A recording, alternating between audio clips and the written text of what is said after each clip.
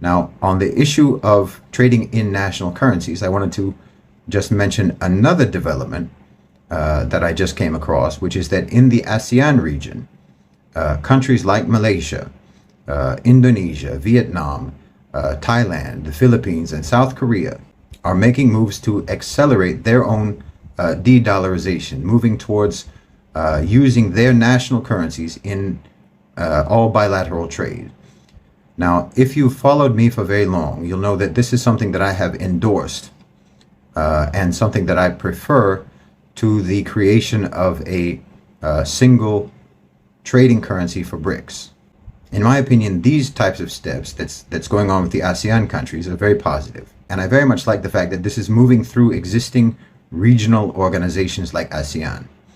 This way, you can promote both economic and political sovereignty as well as regional solidarity without submitting to a sort of centralized order that may or may not support your nation's or your region's interests.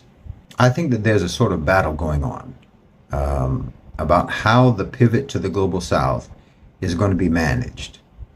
In my opinion, the Western-oriented owners and controllers of global financialized capital would very much like to see the outcome of this pivot south just be a replication of the Bretton Woods system, with the headquarters, instead of being in Washington, being in maybe Shanghai, and with the new development bank more or less replacing the IMF or the World Bank, and a single BRICS currency, a single BRICS trading currency replacing the dollar.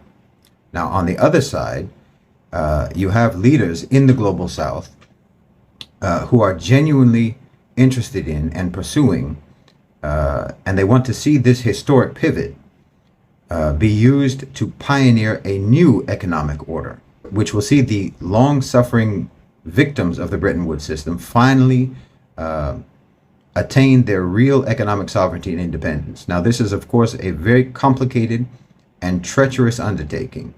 There are both political and private sector leaders in the global south who are essentially collaborators with the Western owners and controllers of global financialized capital.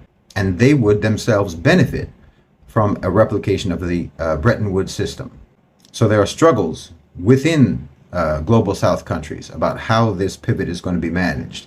There are factions who want to pioneer a new global economic order, and there are factions who want to maintain the status quo, who want to maintain the current system, but they just want to relocate it and sort of recalibrate it to their region.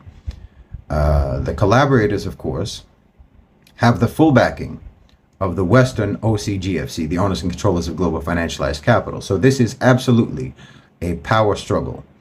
The pivot south is going to happen one way or the other, but the way the transition to the global south, the way the transition is managed will determine the future, whether or not these nations will attain true independence and sovereignty, or whether the current system just shifts hemispheres.